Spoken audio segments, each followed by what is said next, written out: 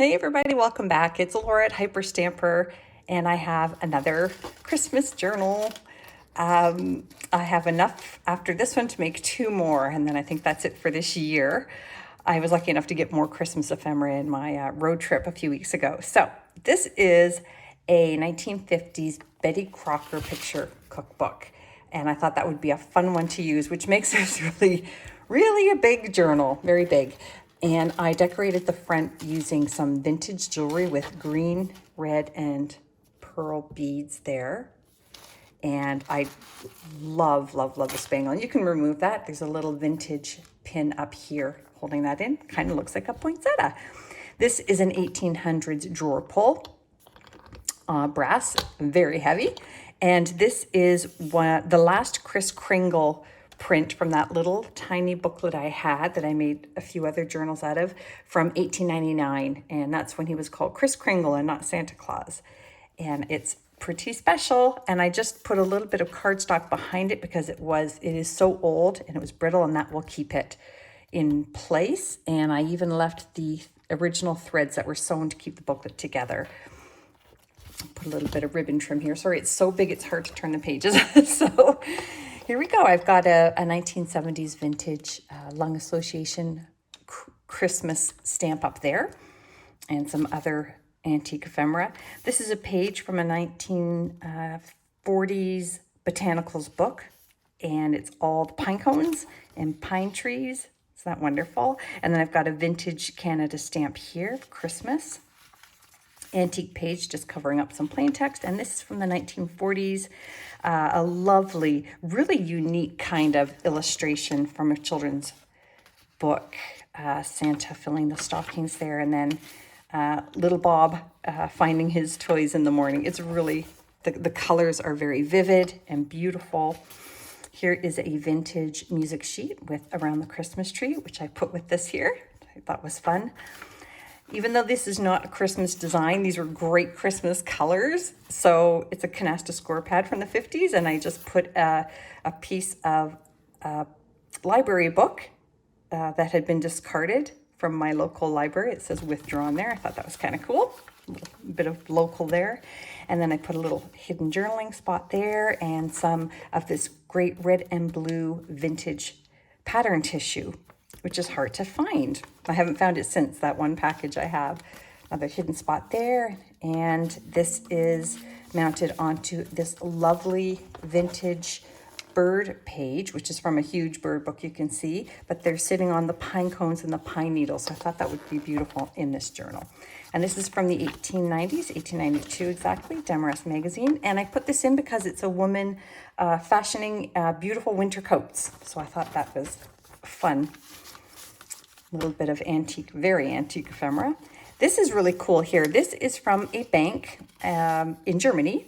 And this would have been the stub they gave you to tell you how valid your interest rate was. So this one was good to 1929, issued in 1925. And it's beautifully embossed, and it's just fantastic. I love it. I have quite a few different ones that I just got, and I'm really happy to start using them all. Just a little booklet in here filled with old scraps of antique paper and a little bit of vintage crochet on the cover there and some vintage wallpaper.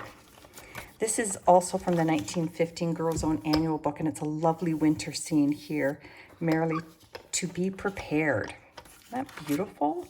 And another lovely scene here, winter scene. More of those beautiful pine needles and pine cones from that same botanicals book. And I pulled this off a vintage calendar showing Christmas and Boxing Day. And it's on the vintage music sheet here, We Three Kings on one side. And I got this from a children's book as well. And I just turned it into a little booklet filled with antique paper. This one here is a prayer that somebody wrote a very long time ago. And yeah, so lots of fun there, lots of journaling spots there. This is another children's Christmas page here. And I didn't want to glue down one side or the other because they're both about Christmas, so I turned it into a pocket. And this is from the 1800s, called A Christmas Comedy. And I made this out of the box from a piano music roll from a player piano. When I took apart the box, I kept it to make tags out of. And this is some Canadian birch bark here, which is always very Christmassy, and a vintage Christmas stamp here, and a page title for Christmas stories. And I pulled this out of the Pearls Shop booklet because it is red. And then that's a children's page here also, which has Christmas themes and winter tobogganing illustrations there. And this wonderful children's illustration from a book here.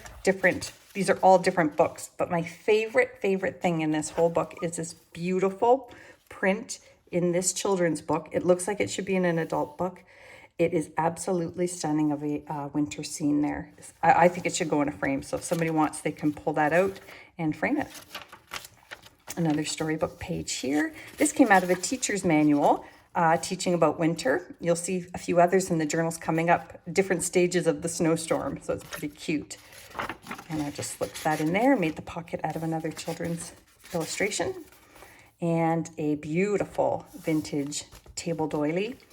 And then a sweetheart pocket here I made. And this is just nothing but a wonderful book page. I didn't want to do anything to it because it's beautiful on both sides. So I thought somebody might be able to use this for something fun. Can make tags out of it or cards. And then this is just a 1920s blank accounting ledger page. And that's all mounted on top of the 12 Days of Christmas music sheet, vintage. And this here is a beautiful snowy mountain in the Rockies. And that one is, I believe, this is from the 1920s. I looked that one up. Now, this is not a Christmas letter, but it was green and red, so I wanted to put it in. And it's a wonderful letter written in the 1950s from a daughter to her mom. How cool is that? Is that neat? It's a nice little piece of history and some vintage doilies, green, red, and white down here. I did some hand stamping on the tea-dyed pages, but of course everything else is authentic antique paper and vintage paper. Another beautiful illustration here, the front of a Christmas storybook here, and that's Scrooge, The Night Before Christmas, from another children's book. But look at this beautiful candle image. It's just wonderful. And this fantastic, this is the last one that you'll see of these center pages. And this one is from that beautiful 1920s music book, Praise Him, Oh Praise Him on Every Side. And they've got the candles here, the winter scene above, and then the congregation singing in the church. It's just lovely. Another children's book, full color page. Happy Christmas to all and to all a good night. Before they started saying Merry Christmas. And another Scrooge page here. The Three Wise Men. And that brings us, it brings us to the last signature. This is a very old page out of an English garden book. This is one of those fantastic hard children's book pages, very fuzzy, called Snowball. Another children's book page here. This one is from the early 20s, second reader, and a little winter scene there. This my mom gave me. This was a pattern she embroidered a long, long time ago, one for each of my sisters and I, and she wanted me to have it. She had several of them, and I just put some antique paper on the back so you could journal on it. Or go ahead and cross stitch it. It's really beautiful when it's done. This is a vintage recipe card from a book, and you can see the binder holes here. And this was the index page here. Look at the Christmas candies. And that is it's nothing to do with Christmas, but on the back, it's got these beautiful deer. So it's from an animal section of a children's book. Isn't that pretty? And then this beautiful bird singing in the snow here and down here. These are from the 1800s. This page, children walking through the snow with their mother. Another one of those beautiful fuzzy pages, winter scene, and on the back. So and I love the back page of this cookbook says, home is where the heart is.